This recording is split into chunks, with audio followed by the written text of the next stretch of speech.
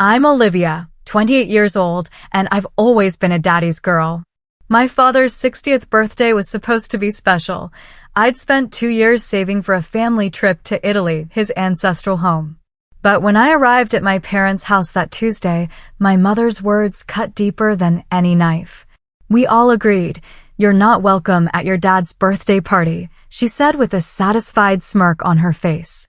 Little did she know, her cruelty would set off a chain reaction nobody saw coming. If you're watching this, please hit like and subscribe, and let me know where you're watching from.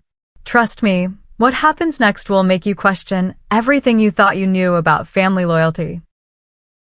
Growing up in Denver, I always felt like an outsider in my own family. While my career as a financial advisor eventually took me to Chicago, my connection with my father remained my strongest family tie.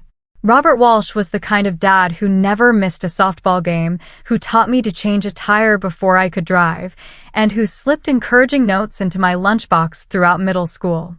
He was my rock, steady, reliable, and loving, in a family dynamic that often felt like quicksand. My mother, Caroline, was a different story. From my earliest memories, she maintained a cool distance from me while lavishing attention on my older brother Tyler. The family photos tell the story: Tyler and Mom, arms linked and smiling, while Dad and I stood slightly apart. It wasn't that she was cruel, at least not obviously.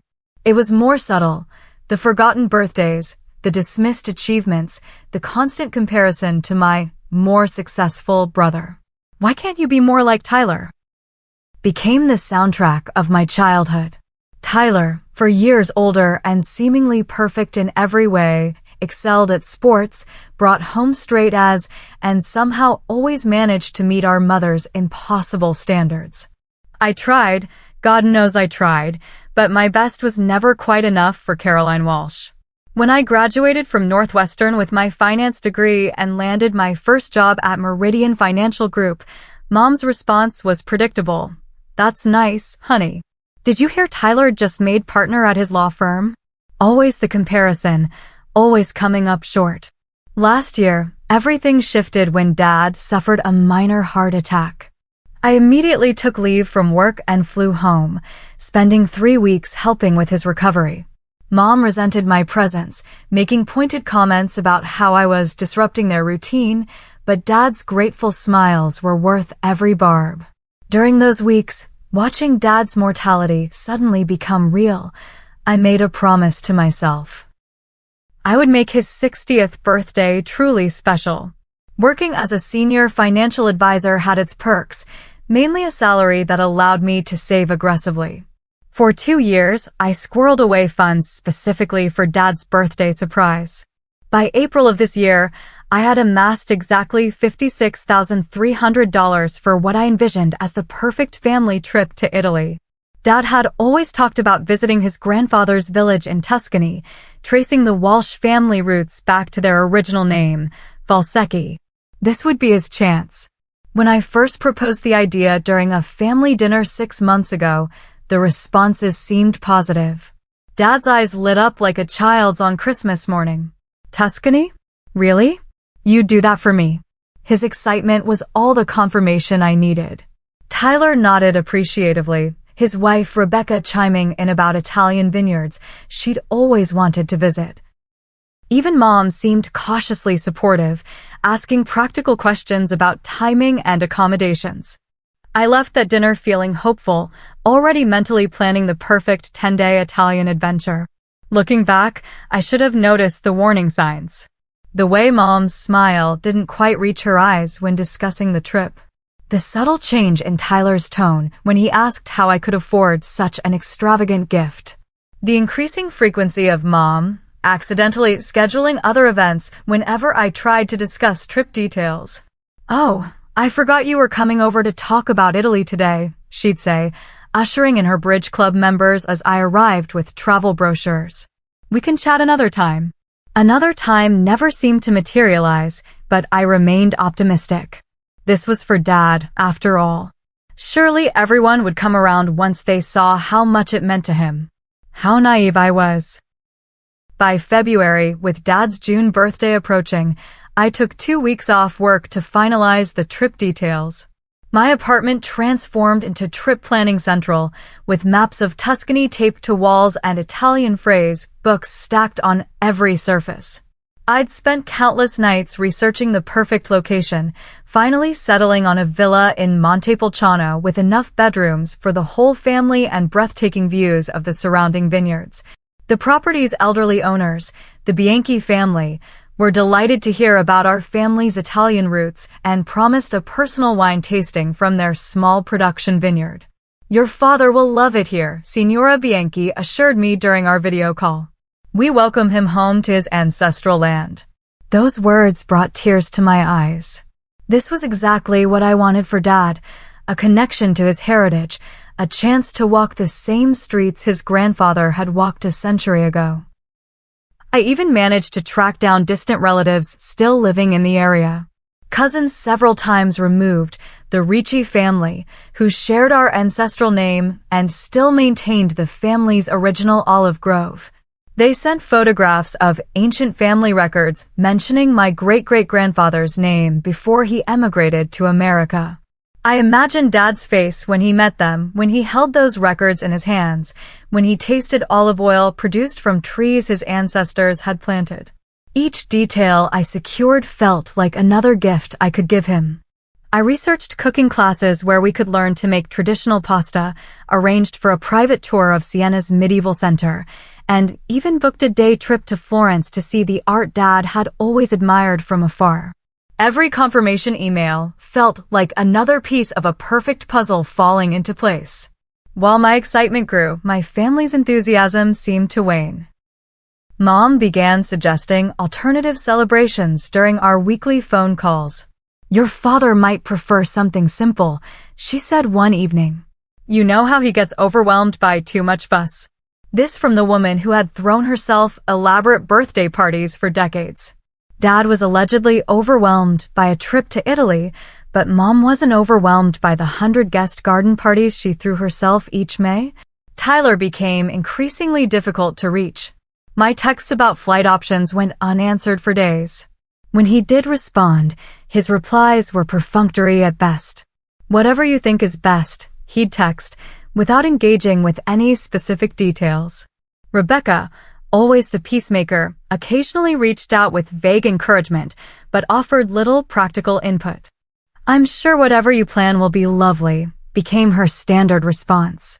Only Dad maintained genuine enthusiasm, asking questions about our itinerary and practicing Italian phrases with charming ineptitude. "Buongiorno, come stay," he'd greet me, his American accent mangling the vowels, but his eyes sparkling with anticipation. 3 months before the trip, Mom invited me to Sunday dinner. I arrived bearing gifts, a guidebook for Dad and Italian coffee for everyone. The atmosphere felt strained from the moment I walked in. Tyler and Rebecca were already there, huddled in conversation with Mom that abruptly halted when I entered the room. "We were just discussing summer plans," Mom said, not quite meeting my eyes. Throughout dinner, whenever I mentioned Italy, the conversation mysteriously shifted. Dad would begin asking questions, only to be interrupted by Mom offering more potatoes or Tyler suddenly remembering work anecdotes that couldn't wait. It felt coordinated, this conversational redirection, but I convinced myself I was being paranoid. After dessert, I stepped into the hallway to take a call from my boss. As I finished, I overheard Mom and Tyler in the kitchen, their voices just loud enough to carry. "She's completely taken over his birthday," Mom was saying. "As if she's the only one who knows what Robert wants." "I know," Tyler responded. "It's always been like this, Olivia and Dad in their own little world. We need to do something before she finalizes everything. Your father deserves a proper celebration, not some exhausting trip at his age." Their words froze me in place. The dismissal in their tones, the resentment. Was that how they saw my gift?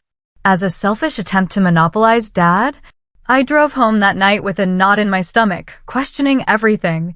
Was I pushing this trip for Dad or for myself? Was I ignoring what he truly wanted? When Dad called the next morning specifically to ask about the cooking class I'd mentioned, his genuine excitement reassured me. This wasn't about me versus them. This was about giving Dad a dream he'd held onto for decades. With renewed determination, I continued planning, but the undercurrent of resistance from Mom and Tyler grew stronger. Each family interaction became increasingly tense, with passive-aggressive comments evolving into more direct opposition. Dad might be saying yes to spare your feelings, Tyler suggested during a rare phone conversation. You know how he hates disappointing people. The insinuation stung, that I somehow couldn't tell when my own father was being sincere. That I was bullying him into a trip he secretly dreaded. What hurt most was how they underestimated Dad in the process, treating him like a child who couldn't make his own decisions. My 60-year-old father, still working full-time as an engineering professor, suddenly needed protection from the burden of a family vacation. The tension built like pressure in a sealed container, with no release valve in sight. Something had to give. In early March, with airline tickets needing finalization, Mom texted asking me to come over to discuss birthday plans. Finally, I thought, progress. Maybe they've accepted that this trip is happening and want to contribute ideas. I arrived at my parents' suburban home on a Thursday evening, noting Tyler's Audi in the driveway. Normally, he'd text when he was visiting from his side of town, another small sign something was off. The familiar ranch-style house looked the same as always, but something felt different as I walked up the stone path to the front door. Inside, I found Mom, Tyler, and Rebecca seated in the living room, an impromptu family meeting already in progress. Their conversation halted abruptly when I entered, like a TV show paused mid-scene. The silence felt deliberate, weighted. "Where's Dad?" I asked, noticing his absence. "Thursday Golf League," Mom replied. "We thought it would be better to talk without him first." Red flag number 1. I took a seat on the edge of the sofa, suddenly feeling like a job applicant rather than a family member. Mom sat unnaturally straight in her armchair, hands folded in her lap like she was preparing to deliver rehearsed lines. "We've been thinking about your birthday plans for your father," she began, emphasizing the "your" in a way that immediately set me on edge. "While the trip idea is interesting, we think something local would be more appropriate." "More appropriate?" I repeated, the words feeling foreign in my mouth. "Yes," Tyler jumped in, lawyer mode activated. "We've discussed it extensively, and a local celebration makes more sense for everyone." "Everyone except Dad," I countered. "He's excited about Italy." Rebecca shifted uncomfortably on the couch, examining her manicure with sudden interest. "Your father is being polite," Mom said dismissively. "At his age, a transatlantic trip would be exhausting. We're thinking of hosting a garden party here instead." Family, friends, colleagues, people who truly matter to him. The implication that I somehow didn't fall into that category wasn't lost on me. "I've already put deposits down on accommodations," I explained, trying to keep my voice level. "The villa, the tours, everything. Dad's been practicing Italian for months." "Financial concerns shouldn't dictate what's best for Dad," Tyler said, his tone condescending. "If you're worried about losing money on deposits, I'm sure we can work something out." The insinuation that my concerns were merely financial, rather than about Dad's wishes, sent a surge of anger through me. 2 years of careful saving and planning dismissed in a single sentence. "This isn't about money," I insisted. "It's about what Dad wants." "Have any of you actually asked him?" "We know what's best for your father," Mom said firmly. "He'll be turning 60, not 16. He doesn't need the stress of international travel." "He's 60, not 90, I countered. "He's healthy, active, and specifically told me this trip would be a dream come true." For the next hour, we talked in circles. Or rather, they presented a united front while I tried desperately to understand what was happening.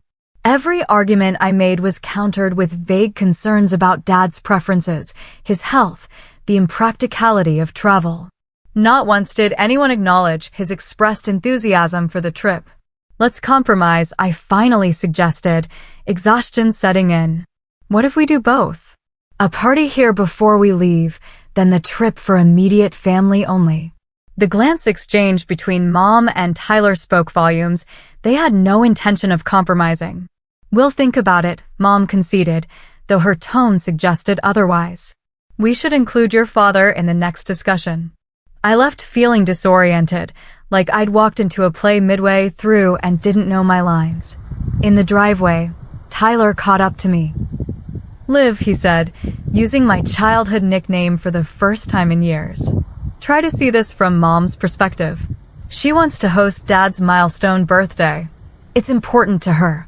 And Italy is important to Dad, I replied. Why does her want outweigh his? Tyler sighed, running a hand through his perfectly styled hair. Just consider the party idea, okay?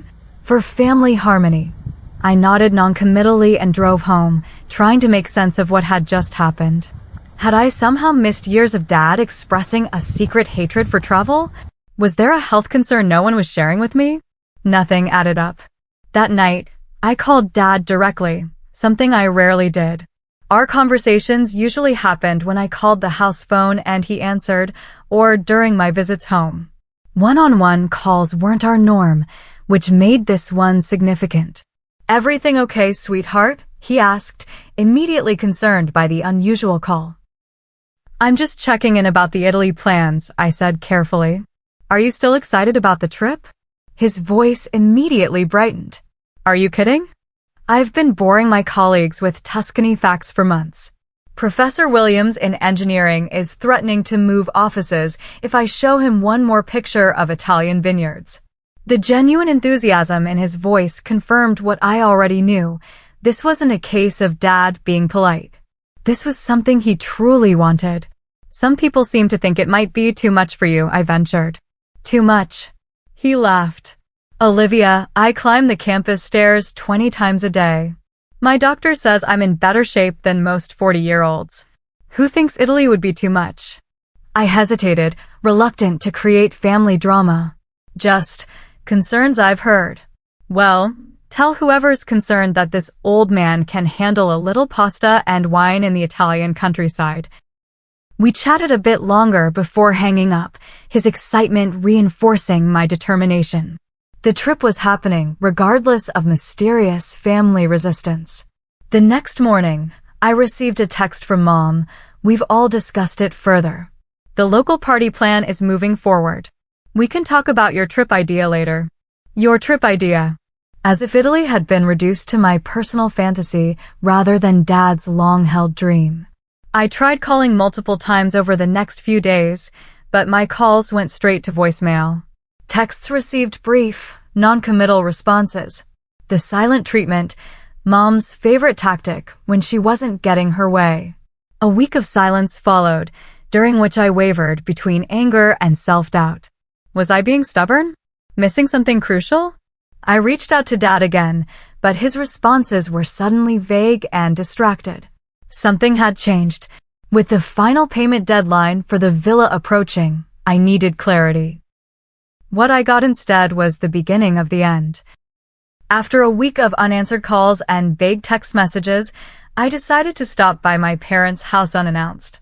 It was a Saturday afternoon in late March, the kind of early spring day that teases summer warmth before plunging back into winter chill.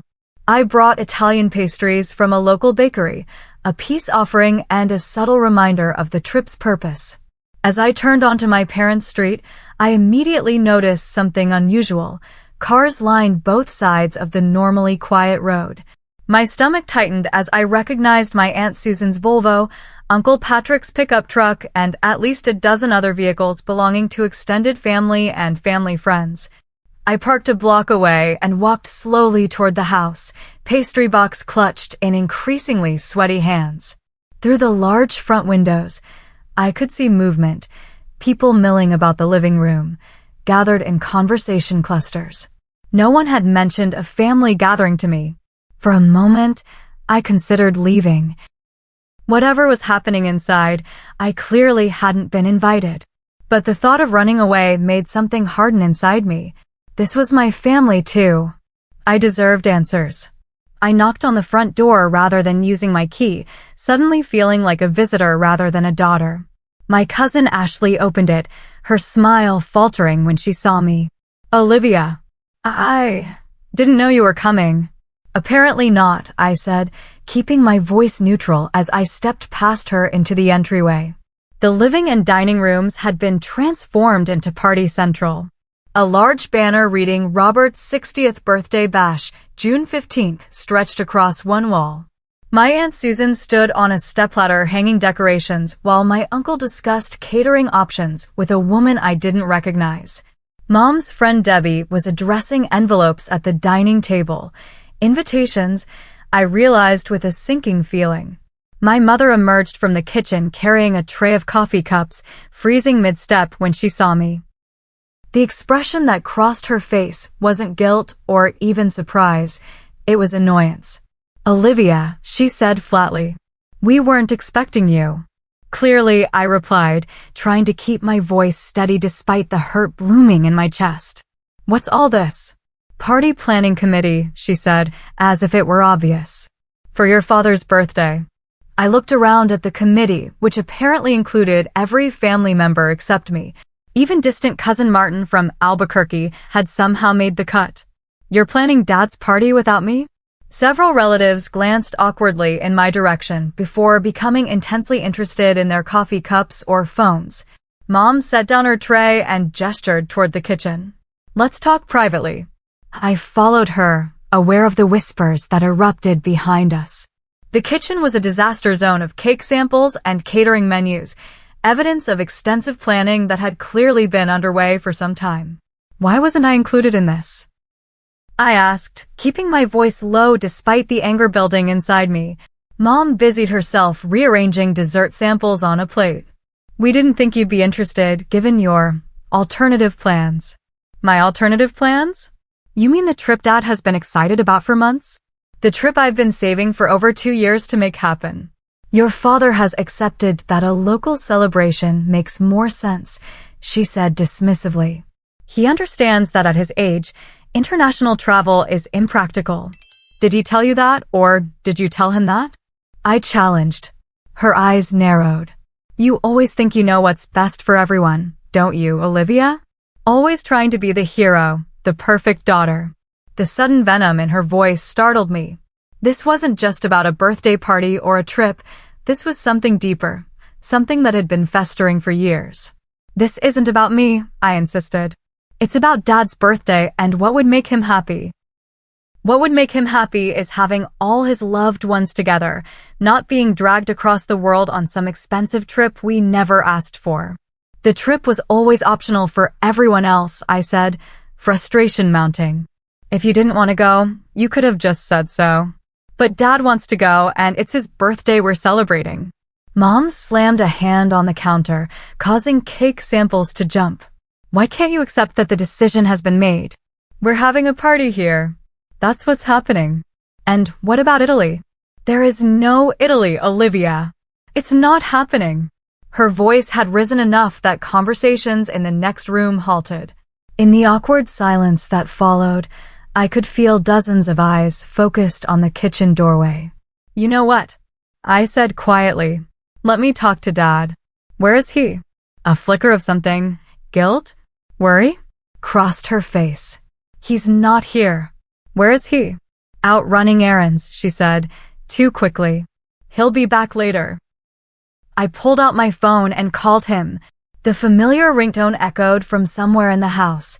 The study, if I had to guess. Mom's face tightened. He forgot his phone, she said lamely. That was the moment I knew with absolute certainty that I was being lied to, systematically and deliberately. My father never went anywhere without his phone. After his heart scare, it had become a security measure we all insisted upon. I think I'll wait for him, I said, pulling out a chair at the kitchen island. Panic flashed across Mom's face. That's not necessary. We're quite busy here, as you can see. I'm not leaving until I talk to Dad. I sat quietly while Mom fluttered around the kitchen, clearly flustered by my presence. After about 15 uncomfortable minutes, Tyler appeared in the doorway, obviously sent in as reinforcement. "Liv," he said with forced casualness. "Didn't expect to see you today." "Apparently no one did," I replied coolly. "Funny how that works." "Listen," he said, lowering his voice as he took the seat beside me. "This isn't personal. We just thought it would be easier to plan things separately, given the differences of opinion." "Differences of opinion?" I repeated incredulously. "You mean the fact that I actually considered what Dad wants for his birthday?" Tyler's expression hardened. "You always do this. Act like you're the only one who really knows Dad, the only one who really cares about him." "That's not what I'm saying. I'm saying his birthday should reflect his wishes, not everyone else's." "And you think a 10-day trip to Italy is what a 60-year-old man wants? To be dragged around foreign countries when he could be celebrating with friends and family at home?" "Yes, actually, that's exactly what he told me he wants." Our voices had risen again, drawing attention from the other room. Mom stepped between us, her face a mask of controlled anger. "That's enough," she hissed. "You're ruining everything, as usual." Something in me snapped. Years of being the family outsider, of having my feelings dismissed, of being treated as an afterthought, it all culminated in this moment of crystal clarity. "As usual?" I echoed, standing up. "You know what? I want to know exactly what's going on here. Why am I being excluded from Dad's birthday planning? Why is everyone acting like I've committed some terrible offense by trying to give him a meaningful gift? What exactly is happening here?" The kitchen had filled with onlookers, aunts, uncles, cousins, all watching the drama unfold with uncomfortable fascination. Mom looked at their faces, then back at me, something shifting in her expression. The polite mask dropped, revealing something ugly underneath. "You want to know what's happening?" she asked, her voice dangerously quiet. "Fine. We all agreed. You're not welcome at your dad's birthday party." The words hung in the air like poison gas. Several relatives gasped. Someone, Aunt Susan, I think, murmured Caroline, in shocked disapproval. But it was the smirk that appeared on my mother's face that truly broke something inside me, the satisfied curl of her lips as she finally said out loud what she'd apparently been thinking for weeks, maybe years. I stared at her, this woman who had given birth to me, trying to reconcile her cruelty with the concept of maternal love I'd always hoped for but never quite experienced. "Good to know," I said finally, my voice eerily calm even to my own ears. Without another word, I walked out of the kitchen, through the living room full of staring relatives, and out the front door. No one tried to stop me. No one called after me. The silence was confirmation enough. This wasn't just Mom's doing. Somehow, I had become the family pariah, and no one was willing to stand up for me. In my car, hands shaking on the steering wheel, I made 3 phone calls in rapid succession. First, to the villa owners in Montepulciano, canceling our reservation. Second, to the travel agency handling our flights and tours, canceling everything. Third, to my bank, transferring the entire $56,300 from the dedicated vacation account back to my personal savings. With each cancellation, each transfer, I felt a strange mix of grief and liberation. The dream I'd held for Dad was dying, but something else was being born, a realization that I deserved better than this, better than being the family scapegoat. As I drove away from my childhood home, I sent one final text to my father. "I love you, Dad. I'm sorry I won't be at your birthday celebration. I hope someday you'll understand why." Then I blocked everyone's numbers. Mom, Tyler, Rebecca, all the extended family who had stood in silent complicity. Everyone except Dad. His line would always remain open. The Italy dream was over. The fantasy of family healing was shattered. But as painful as this moment was, I couldn't have imagined how completely everything would change by morning. My apartment had never felt so empty. I'd always prided myself on its minimalist aesthetic, clean lines, neutral colors, carefully curated furniture, but that night, it felt like a hotel room, impersonal and cold. I moved through the space like a ghost, going through the motions of existence without fully inhabiting my body. In the kitchen, I uncorked a bottle of Italian Chianti I'd been saving for a pre-trip celebration. Poetic, drinking it alone on the night I canceled everything.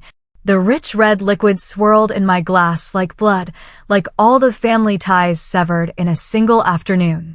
At some point, I found myself sitting on my balcony, watching the Chicago skyline twinkle against the darkening sky.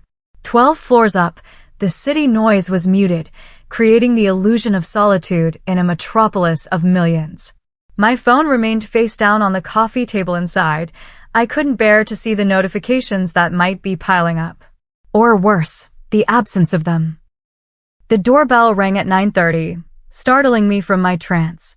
Through the peephole, I saw Jennifer, my best friend since college, holding a paper bag that clinked with the unmistakable sound of bottles.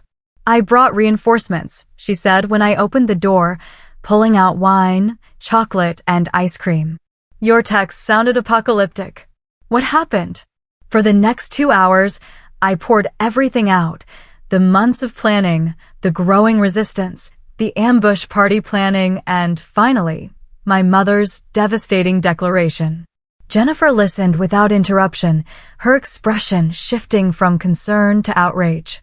"That's seriously messed up," she said finally, refilling our glasses. "I always knew your mom was difficult, but this is next level." "The worst part is that Dad doesn't even know," I said, the wine loosening the knot of emotion in my chest. "They've been making decisions about his birthday, excluding me, all while pretending it's what he wants." "Have you tried calling him directly? On his work phone, maybe?" I shook my head. "I don't want to put him in the middle. If Mom's capable of this level of manipulation, who knows what she'd do if I interfered with her plans?" "So what now?" Jennifer asked gently. "You've canceled everything?" "Everything. The villa, the flights, the private tours, the cooking class, all of it." The reality of it hit me anew with each item I listed. 2 years of planning, gone in 3 phone calls. Jennifer was quiet for a moment, twirling her wine glass thoughtfully. "What if you still went?" "What?" "To Italy. What if you still went? Not for your dad's birthday, but for yourself." The idea seemed so foreign, so selfish, that I almost dismissed it immediately. But something about it caught in my mind, a tiny spark of possibility. "I don't know," I said slowly. "The whole point was to give Dad this experience. And that was incredibly generous," Jennifer affirmed. "But maybe this is the universe telling you to do something for yourself for once." "When was your last real vacation? One that wasn't about work or family obligations?" I couldn't remember. Maybe that girls' weekend in Nashville 3 years ago? Even that had been cut short by a work emergency. "You've been saving for 2 years, Jennifer continued. "The money's there. You clearly need a break from your family drama. Why not use this opportunity to take care of yourself for once?" She had a point. The money was sitting in my account, freed from its designated purpose. I had already requested time off work. All the research was done. I probably knew more about Tuscany than most tour guides at this point. I could do a solo trip, I mused, the idea taking tentative root. Completely different itinerary. Focus on what I want to see. Jennifer nodded encouragingly. "Exactly. Sleep in, drink wine at lunch, flirt with gorgeous Italian men, do whatever the hell you want without worrying about anyone else's needs or preferences." For the first time since leaving my parents' house, I felt a flicker of something other than hurt, a tiny flame of anticipation, of possibility. I wouldn't keep all the original bookings, I thought aloud. Different regions maybe, not the family villa. Jennifer grabbed my laptop, placing it on the coffee table between us. "Let's look at options right now. Nothing commits you to anything, but let's just explore." For the next hour, we browsed boutique hotels in Florence, countryside agriturismos in Umbria, beachfront apartments in Cinque Terre. With each search, each virtual tour, the idea became less theoretical, more tangible. "This one," I said finally, pointing to a restored medieval tower in a small hilltop town. It's completely different from anything I'd planned for the family trip. Just one bedroom, private terrace with a view of the valley. Jennifer grinned. Book it. Right now. Before you overthink it. My finger hovered over the reserve now button, a strange mixture of guilt and liberation warring within me. Was it wrong to still go to Italy when Dad couldn't? Was I betraying him somehow? He would want you to go, Jennifer said softly, reading my hesitation. From everything you've told me about your dad over the years, he would absolutely want you to take this trip for yourself. She was right. Dad had always encouraged my independence, my adventures. He'd been the one to help me move to Chicago when Mom thought it was too far from home. He'd supported my solo backpacking trip through the Pacific Northwest after college when Mom insisted it was too dangerous for a young woman alone. With sudden clarity, I pressed the button. Confirmation email received. First concrete step toward reclaiming this journey as my own. We spent another hour booking flights, direct to Rome, no layovers, researching car rentals, small enough for narrow Italian roads, big enough for my luggage, and plotting a preliminary itinerary that was completely different from the family plan. By midnight, Operation Solo Italy was officially underway. Jennifer left around 1, after extracting a promise that I would keep her updated on all developments. For the first time that day, I felt something like peace as I prepared for bed. The hurt was still there, the rejection still raw, but alongside it was a new determination. This family crisis wouldn't define me. I would rewrite this narrative on my own terms. I set my phone to do not disturb mode before sliding into bed, allowing myself the mercy of uninterrupted sleep. Tomorrow would be time enough to deal with the aftermath of today's confrontation. Morning arrived with harsh clarity, sunlight streaming through blinds I'd forgotten to close. I reached automatically for my phone, then hesitated, bracing myself for whatever awaited. 18 missed calls. 37 text messages. 3 voicemails. Most of the calls were from Tyler, with a few from Mom and several from numbers I didn't recognize, probably concerned relatives. The texts ranged from Mom's terse, "Call me immediately," to lengthy paragraphs from aunts and cousins I rarely spoke to. I scrolled past them all, not ready to engage. But one voicemail caught my attention, from Tyler, left at 3:17 a.m. What was he doing calling at that hour? With trepidation, I pressed play and held the phone to my ear. "Olivia, it's me." Tyler's voice sounded strange, hoarse, emotional in a way I hadn't heard since we were children. "I need to talk to you. God, I've messed up. We've all messed up. Mom's been lying to everyone, including Dad. He never knew about the Italy trip you planned. She told him you refused to attend any birthday celebration for him. He's been devastated thinking you didn't want to be part of his birthday." A long pause, the sound of a shaky breath. "Call me back. Please. Dad deserves to know the truth." I sat frozen, phone clutched in suddenly cold fingers, as the full implications of his message sank in. Dad didn't know. All this time, he had no idea what I'd been planning. Instead, he believed I'd abandoned him on his milestone birthday. The betrayal cut deeper than I could have imagined. Not just manipulation and exclusion, but deliberate deception that damaged my relationship with my father. The one pure, uncomplicated family bond one thought I had. With trembling hands, I unblocked Tyler's number and called him back. He answered on the first ring. "Olivia, thank God. I've been trying to reach you all night." "Explain," I said, my voice hardly recognizable to my own ears. "Explain exactly what's been happening." And he did. For the next 45 minutes, Tyler unraveled a web of deception so intricate, so calculated, that I could hardly believe it involved my own family. Mom had intercepted my early planning emails to Dad, deleted text messages I'd sent about the trip, and systematically misrepresented my intentions to everyone. To Dad, she claimed I was too busy with work to attend any birthday celebration. To extended family, she suggested I was selfishly trying to monopolize Dad with an exclusive trip no one else could afford to join. To Tyler and Rebecca, She painted me as dismissive of their input and controlling of all birthday plans. Why? I asked, struggling to comprehend the level of malice involved. Why would she do this? Tyler's sigh carried the weight of painful realization. I think she's always been jealous of your relationship with Dad. You two have always had this connection that she could never touch. When you started planning this amazing experience for him, something she could never have conceived of doing, she decided to destroy it rather than let it happen. I finished, the pieces falling into horrible place. I should have questioned her more, Tyler admitted, his voice heavy with regret. The stories never quite added up, but it was easier to believe them than to consider the alternative.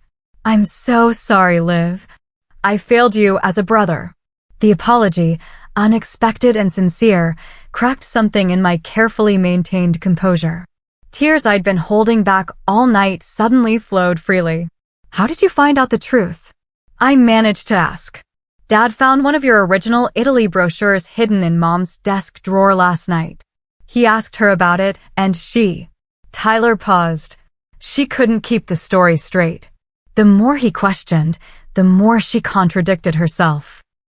Then he called the bank and discovered a large withdrawal she couldn't explain. Apparently, she took money from their joint account for the party planning. That's when everything unraveled. Where's Dad now? It was the only question that really mattered to me. At Uncle Patrick's. He couldn't stay in the house with her after everything came out. He's devastated, Liv. Not just about the trip, but about Mom manipulating everyone, turning family against each other. I closed my eyes, imagining my father's pain at discovering this level of betrayal from his wife of nearly 40 years. What do we do now? I asked, feeling suddenly exhausted despite just waking up. I think we need to meet, all three of us. You, me, and Dad. Figure out how to move forward. Then eventually confront Mom together so she can't manipulate the narrative anymore. It was strange hearing Tyler take charge like this, strange hearing him on my side after months of opposition. But there was something cathartic about it too, the possibility of alliance where there had been division. Okay, I agreed. Set it up. But Tyler, yeah? This doesn't immediately fix everything between us. You believed the worst about me for months without ever giving me the chance to explain. I know, he said quietly. I have a lot to make up for. To both you and Dad. But I want to start trying, if you'll let me. It wasn't forgiveness. Not yet, but it was an opening, a crack in the wall that had separated us for longer than either of us wanted to admit. Set up the meeting, I repeated. We'll start there. As I ended the call, I sat in the morning sunlight, trying to process everything. The hurt was still there, but alongside it now was something else, a strange mix of vindication and renewed grief. The family fractures ran deeper than I'd ever imagined, but for the first time, I wasn't the only one who could see them. My phone buzzed with a text from Tyler. Dad wants to see you. Today, if possible. He's heartbroken about everything you planned that he never knew about. I typed back immediately. Tell him I'm coming. And Tyler? Don't let Mom know. Some confrontations could wait. Reconnecting with my father couldn't. Uncle Patrick's lakeside cabin had always been a refuge. Growing up, we'd spent summer weekends there fishing, swimming, and telling ghost stories around the fire pit. Finding my father there now, sitting alone on the weathered dock, his reflection wavering in the water below, broke my heart in ways I hadn't anticipated. He looked older somehow, shoulders slightly hunched, the spring sun highlighting the silver that had overtaken his once dark hair. He didn't turn as I approached, though the creaking wooden planks surely announced my arrival. Dad? My voice came out small, like a child's. When he turned, his eyes were red-rimmed but dry. Olivia. He stood shakily, opening his arms. I walked into his embrace, feeling the familiar solidity of him despite everything. We stood there silently, the gentle lapping of lake water against the shore providing the only soundtrack to our reunion. Tyler told me everything, he said finally, his voice rough with emotion. About Italy. About what you planned for my birthday. I wanted it to be perfect, I whispered against his shoulder. Your ancestral village, the family records, the villa overlooking the vineyards. He tightened his hold. It would have been the most thoughtful gift anyone's ever tried to give me. We moved to the wooden bench at the end of the dock, sitting side by side as we had countless times before. For several minutes, we just watched the water, the comfortable silence that had always existed between us gradually returning. I need to understand what happened, I said eventually. Why Mom would do this? Dad sighed heavily, running a hand over his face. Your mother has always been complicated, insecure in ways that weren't always visible to others. But this level of deception? Turning the whole family against me. I think it started small, he said slowly, choosing his words with care. A little resentment about your close relationship with me, a little jealousy about your financial success. Then when you started planning something she could never have come up with herself. It snowballed, I finished. Your mother needs to be needed, Dad continued. She needs to be the center of the family universe. Your independence has always threatened that somehow. The explanation made a certain kind of sense, but it didn't excuse the hurt, the deliberate cruelty. Tyler mentioned Mom told you I refused to attend your birthday celebration, I said carefully. Did you believe her? Pain flickered across his face. I questioned it. It didn't sound like you. But when weeks passed with no word from you about my birthday, when you seemed to avoid the topic whenever we spoke. He trailed off, the implication clear. In the absence of truth, doubt had crept in. She intercepted my messages to you, I said, the realization still fresh and painful. Deleted emails, hid brochures. I thought you knew about Italy all along. I didn't, he said simply. Not until I found this. From his jacket pocket, he pulled a folded pamphlet, one of the many Italy brochures I'd brought to family gatherings. This one detailed the Tuscan cooking class I'd booked, featuring smiling participants making pasta by hand. It fell out of a book in your mother's nightstand when I was looking for reading glasses. When I asked her about it, her story kept changing. First, she said you'd considered Italy but abandoned the idea. Then that you'd planned it without consulting anyone. Then that you'd demanded everyone pay their own way for an extravagant trip no one could afford. None of that was true, I said quietly. I know that now. He folded the brochure carefully, returning it to his pocket. The more she talked, the more obvious it became that something was wrong. I called the bank about some unusual withdrawals, and the manager mentioned your large transfers from yesterday, canceling everything. I nodded, remembering the grim satisfaction of reclaiming the money I'd saved so carefully. Tyler showed up during the discussion. That followed. Dad continued. Your mother tried to maintain her version of events, but by then I knew enough to question everything. Tyler finally broke down and admitted what he knew, how your mother had been systematically turning everyone against you, how she'd organized this elaborate party planning committee specifically to exclude you. And the part about not being welcome at your birthday party? I asked, the words still bitter in my mouth. Dad's expression darkened. Tyler told me, I still can't believe your mother would say that to you.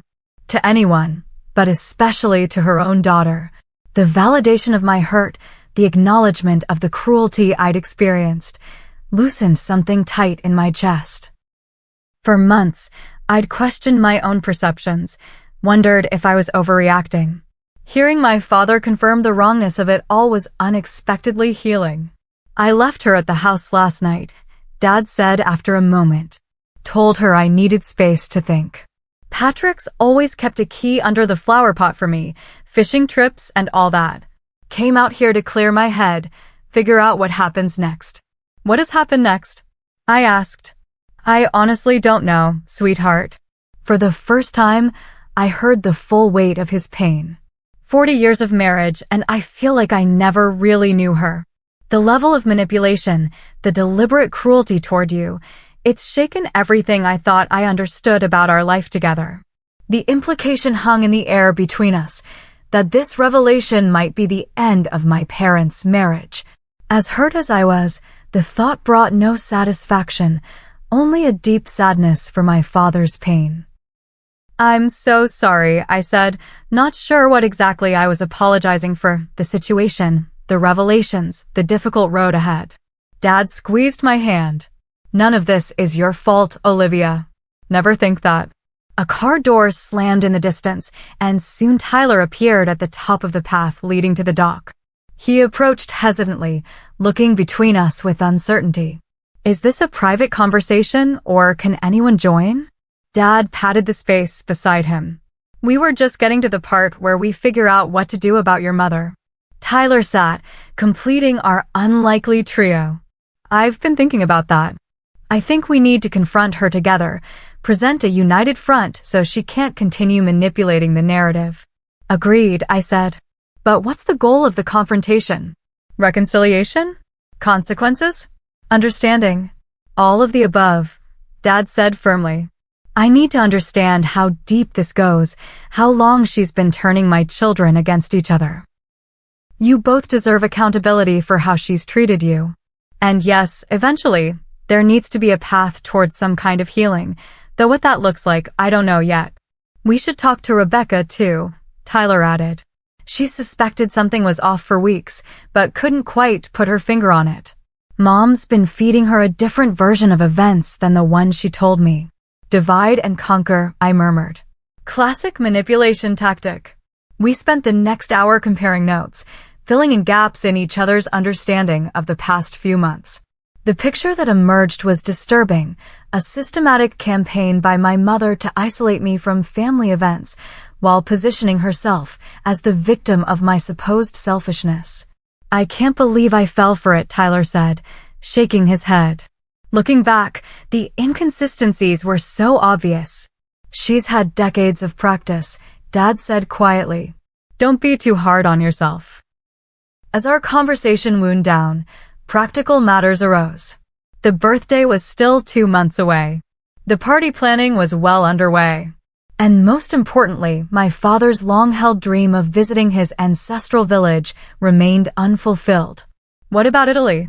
Tyler asked eventually. "Is it too late to salvage any of it?" I hesitated. "I canceled everything yesterday.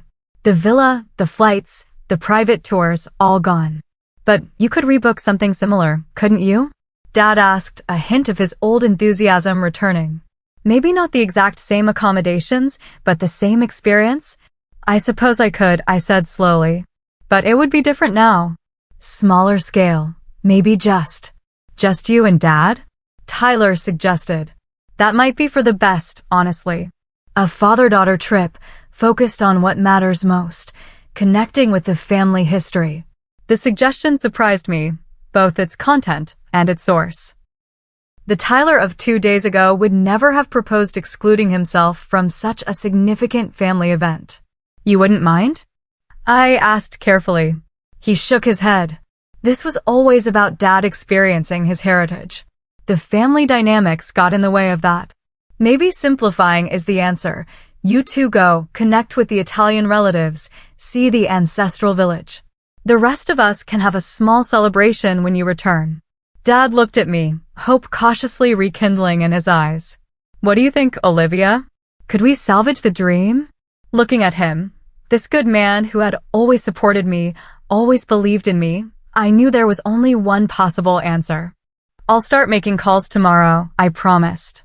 "It won't be exactly the same, but we'll make it work." The relief on his face was worth every canceled reservation, every difficult conversation ahead.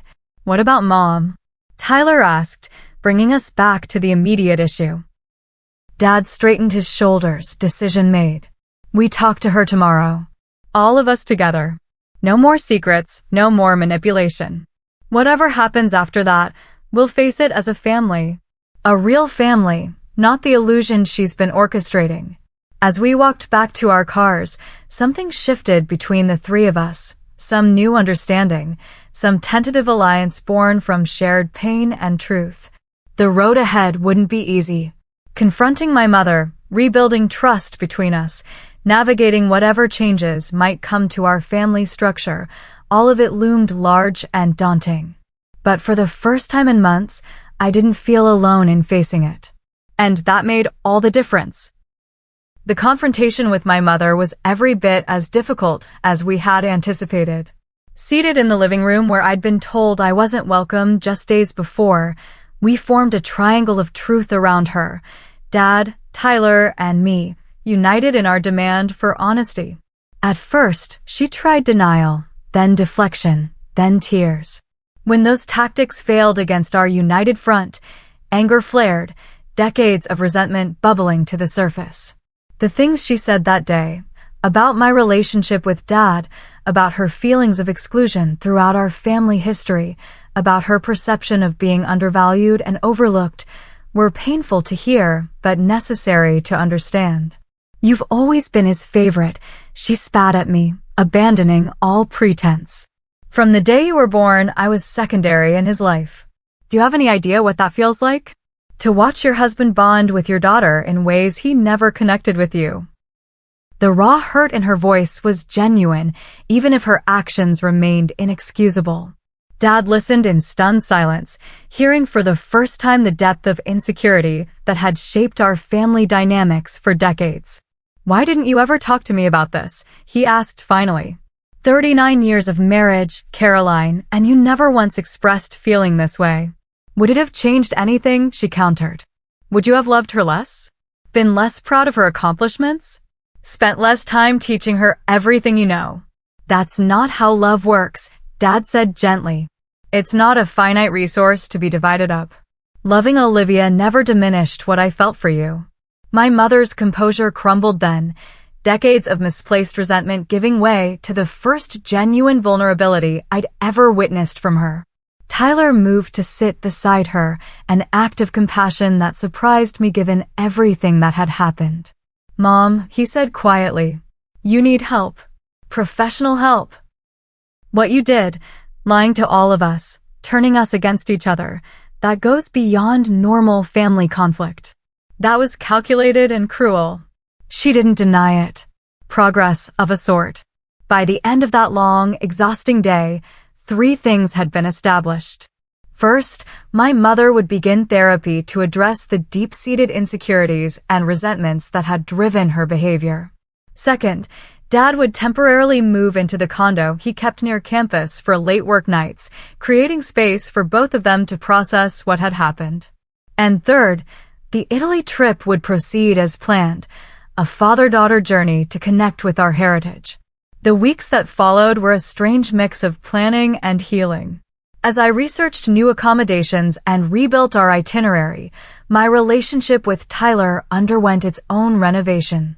Weekly dinners with him and Rebecca became a time to dismantle old misunderstandings and build new trust. The brother who had once seemed like a distant competitor slowly became a genuine ally. Dad threw himself into Italian language lessons with renewed vigor. "I want to greet our Italian cousins properly," he explained during our planning sessions, butchering pronunciations with enthusiastic determination. His joy in the preparations was untainted by the family drama, a gift I hadn't expected but deeply treasured. Mom's journey was more complicated. Therapy twice weekly revealed patterns of insecurity and control stretching back to her own childhood. Understanding didn't excuse her actions, but it provided context that made forgiveness seem possible, eventually, with time and consistent change. 2 months after the confrontation, Dad and I boarded a flight to Rome. The Italy trip had transformed from its original conception, smaller in scale but perhaps richer in purpose. Just the 2 of us, following the thread of family history back to its source. Tuscany welcomed us with golden sunlight and rolling hills that seemed to embody serenity itself. Our accommodations, a small apartment in a converted medieval tower, couldn't have been more different from the family villa I'd originally booked. Yet something about its intimate scale, its ancient stones warmed by centuries of sun, felt exactly right for our journey. On our 3rd day, we drove to the small village of Castellina, where Dad's grandfather had been born before emigrating to America in 1912. The narrow streets and weathered buildings hadn't changed much in the intervening century, creating the uncanny sensation of walking through our own history. The local records office was a single room in the municipal building, overseen by an elderly woman who clapped with delight when we explained our connection to the village. Valsecchi, she exclaimed, recognizing the original family name. C.S.I. Una famiglia annica di Castellina. Through her broken English and our embarrassing Italian, supplemented by a translation app, we learned that several branches of the Valsecchi family still lived in the region. One phone call later, and we were invited to Sunday lunch at the home of Giovanni Ricci, whose grandmother had been a Valsecchi before marriage. That Sunday became the emotional heart of our journey.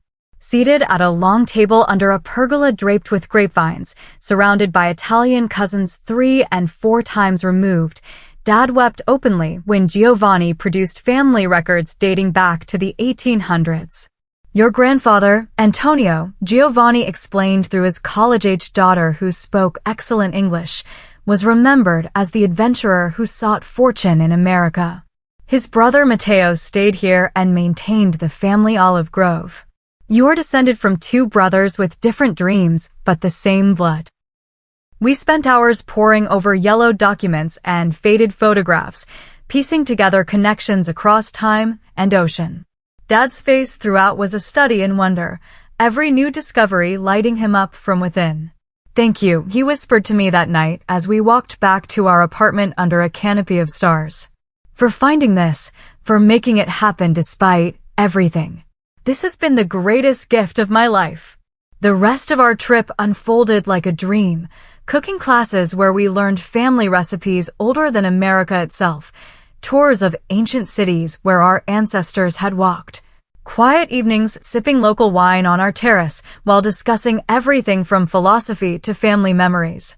Free from the tensions that had defined our family dynamic for so long, Dad and I discovered new dimensions to our relationship, deeper conversations than had ever been possible at home.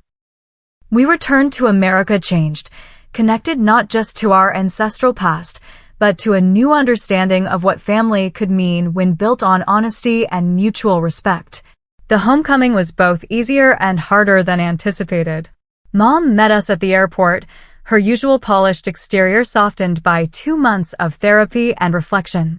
The hug she gave me was tentative but genuine, perhaps the first authentic embrace we'd shared in my adult life. I'd like to hear about your trip, she said as we walked to the parking garage. If you're willing to share it with me. It was a small olive branch, offered with unprecedented humility. I accepted it with cautious optimism. The family birthday dinner that followed a week later was modest compared to the elaborate party originally planned. Just the 5 of us, Dad, Mom, Tyler, Rebecca, and me at Dad's favorite steakhouse. No banners, no extended family, no performance of perfect family harmony. Instead, something more valuable. Honest conversation, careful listening, and the first fragile shoots of healing. Over the following year, our family landscape continued to shift and settle into new patterns. Mom and Dad eventually reunited under one roof, their marriage fundamentally altered, but perhaps stronger for having survived its greatest test. Weekly family therapy sessions became monthly, then quarterly as new communication patterns took root. My relationship with Mom would never be simple or entirely comfortable, but it became something I hadn't expected. Authentic. The pretense of perfect mother-daughter harmony was replaced by careful respect and growing understanding. We would never be best friends, but we were learning to be honest allies in the complex business of family. Tyler and I rediscovered the sibling bond that had been buried under years of maternal manipulation. Sunday brunches became our tradition, a time to maintain the connection we'd nearly lost completely.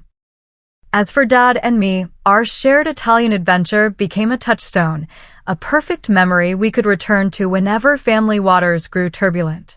The photo of us with our Italian relatives, olive trees stretching to the horizon behind us, took pride of place on his office desk, a reminder of the journey that had begun in betrayal but ended in profound connection. 1 year later, on Dad's 61st birthday, we gathered again, this time at a small Italian restaurant owned by a chef from Castellina who had become our friend during our stay. As we shared dishes made from recipes older than our American family history, I realized how completely the narrative had transformed.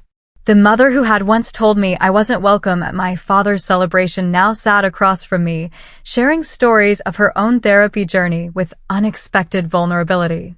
The brother who had once been her unwitting accomplice now raised a glass in my direction, acknowledging without words how far we'd come.